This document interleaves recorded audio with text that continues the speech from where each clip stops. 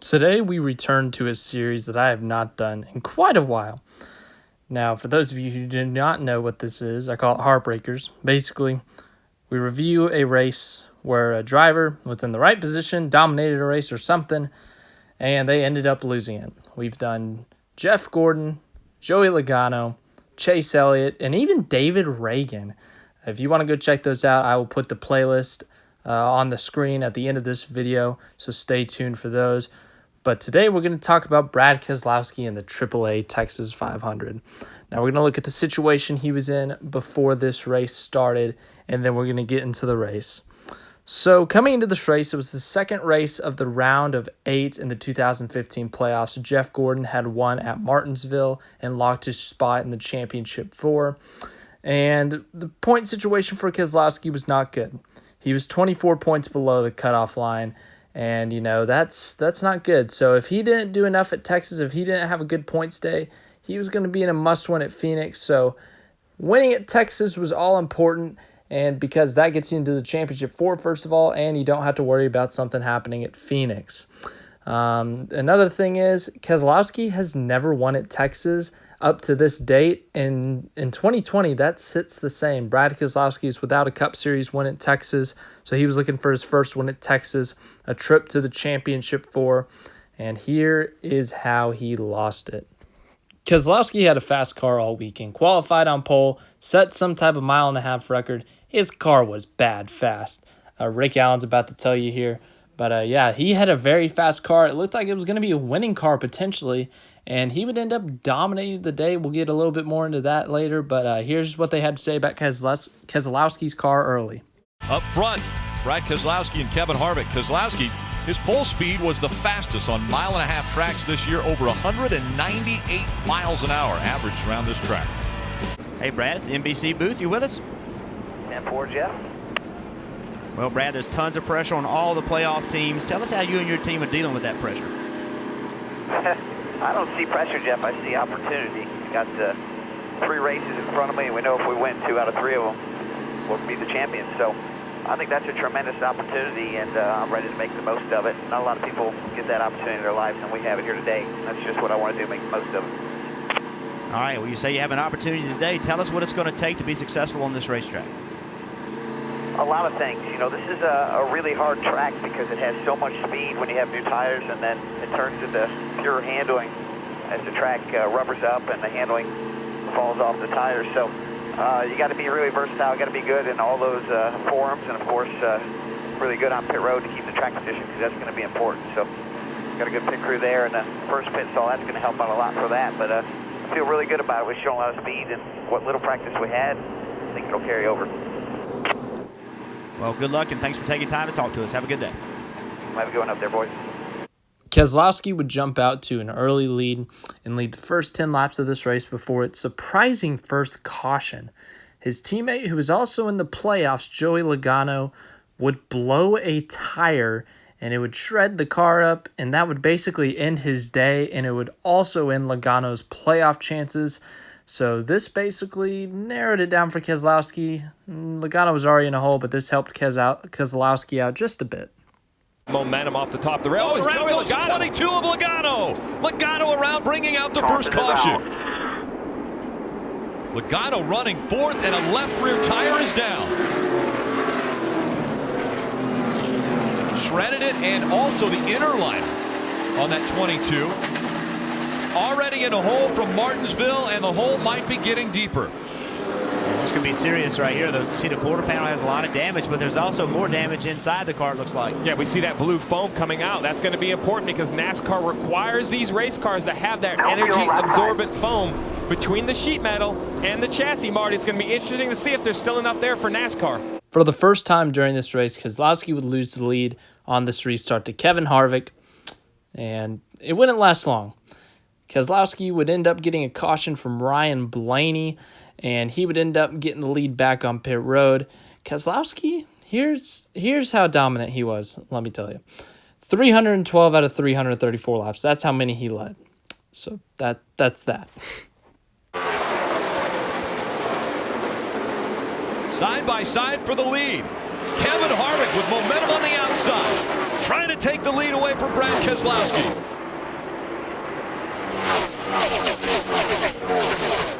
Harvick scored as the leader as they went across the stripe. But now Keselowski trying to battle back on the inside. Momentum once again for Harvick. He's going to clear him as they go down the backstretch. Kevin Harvick in front of the field in Texas. Taking quite a while. Joey Logano still in the car, and caution on the track, Rick. Yeah, slow for the 21 of Ryan Blaney. Looks like the right front has an issue. And so Ryan Blaney and the 21 bringing out the second caution. Brad Keselowski, Kyle Busch in the restart zone. Green flag back in the air.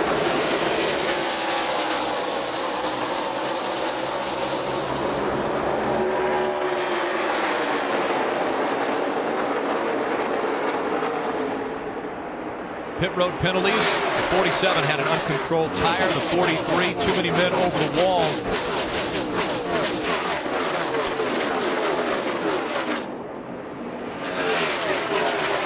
Brad Keselowski tries to check out on Kevin Harvick and Kyle Busch. Those two fighting for the second spot. After Logano's problems, everyone was obviously concerned about tires. He blew a tire 10 laps into the race. So Keselowski talks about his tires a bit, and then one of his biggest contenders, Kevin Harvick, has a tire issue. Any issues with tires? I'd love to be able to tell them they look great. Tires? Yeah, tires are fine. Okay, thank you. Your tires look perfect. Just so you know, tires look perfect. Is that a comforting feeling, knowing that your teammate had the left rear tire blow up, hearing that from your team that your tires are okay? And we see another issue. The 4 of Kevin Harvick. Left rear tire is down.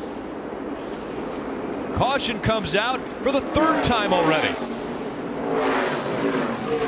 Another driver Right rear. You see it? that was outside of the top 4, needing a good finish at Texas Motor Speedway.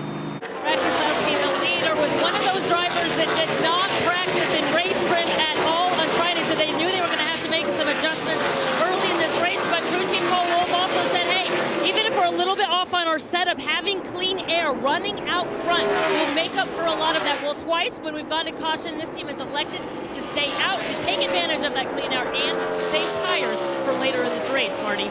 And Brad Keselowski was one of those chase drivers involved in a wreck last week at Martinsville, and because of that, he said, we are in a must-win situation. We don't have the opportunity to just be consistent over the next 2 races and move on. His crew chief, Paul Wolf, echoed that, saying that we'll definitely be on the aggressive side of things if there is an opportunity there. For them, it is win or nothing to move on, Dave. As a Jeff Gordon fan, I'm convinced this is why Brad Keselowski didn't win.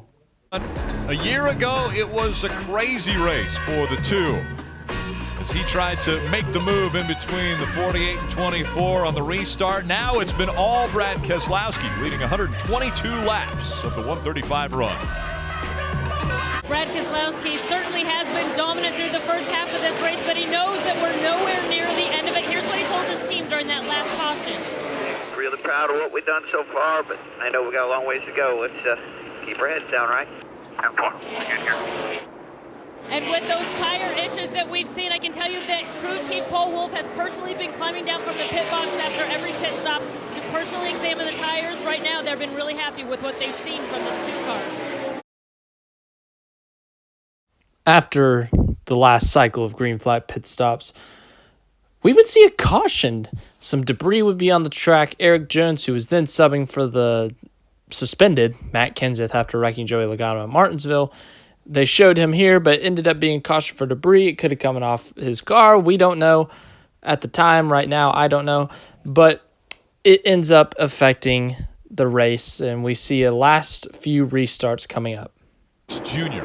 Martin Truex Jr. An impressive run for him. Eric Jones also had an impressive run going now on the apron.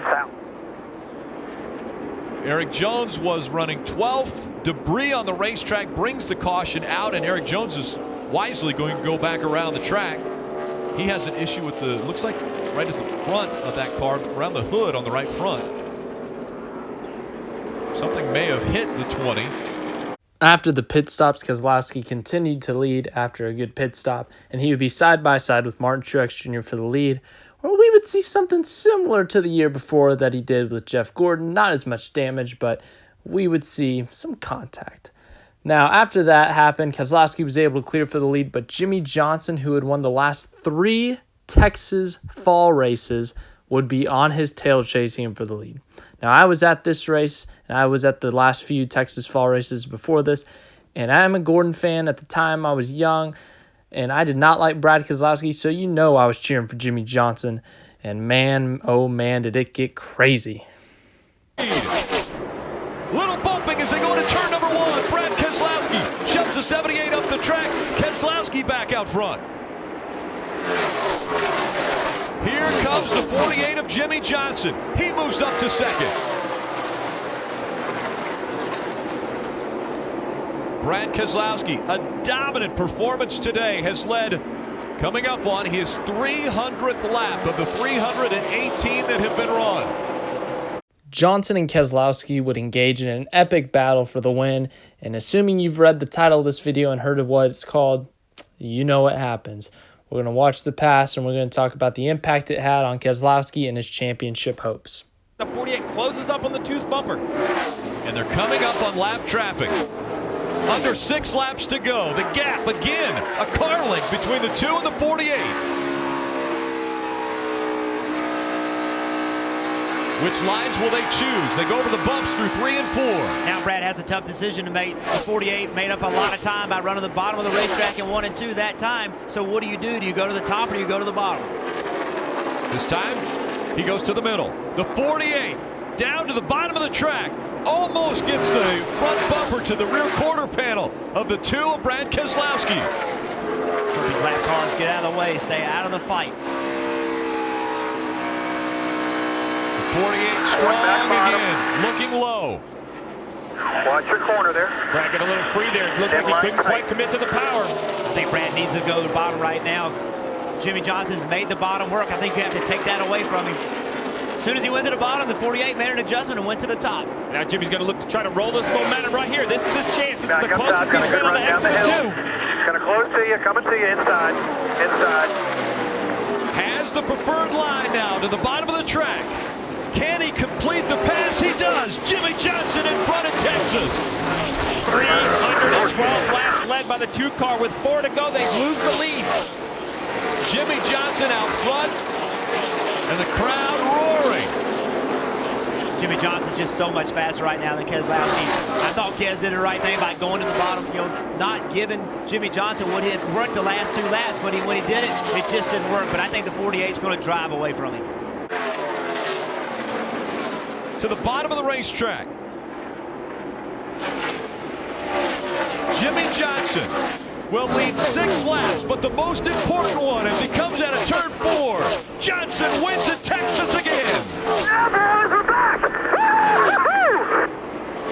Second, Brad Keselowski would have to settle for a second-place finish at Texas after having such a dominating car, led 312 out of the 334 laps just to get past with the 4 to go and lose the race to non-chase driver Jimmie Johnson. Now, Jimmie obviously very happy with his win, but a very upset Brad Keselowski, one of the best cars I'm sure he's had, and he was not able to cash in a win and make it to the championship 4.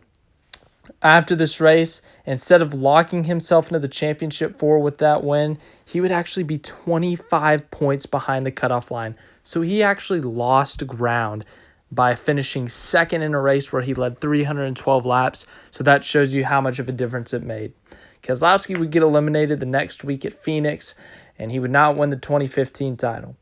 But it makes you think, what if Keselowski won this race? What if he had gone on to Homestead after a dominating Texas performance, a mile and a half, might I add, just dominating that race? Would it affect their Homestead run? Would it give them a good shot at the championship?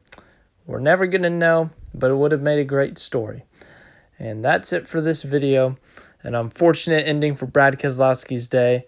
A happy Jimmie Johnson, but man, was that a heartbreaker for Brad.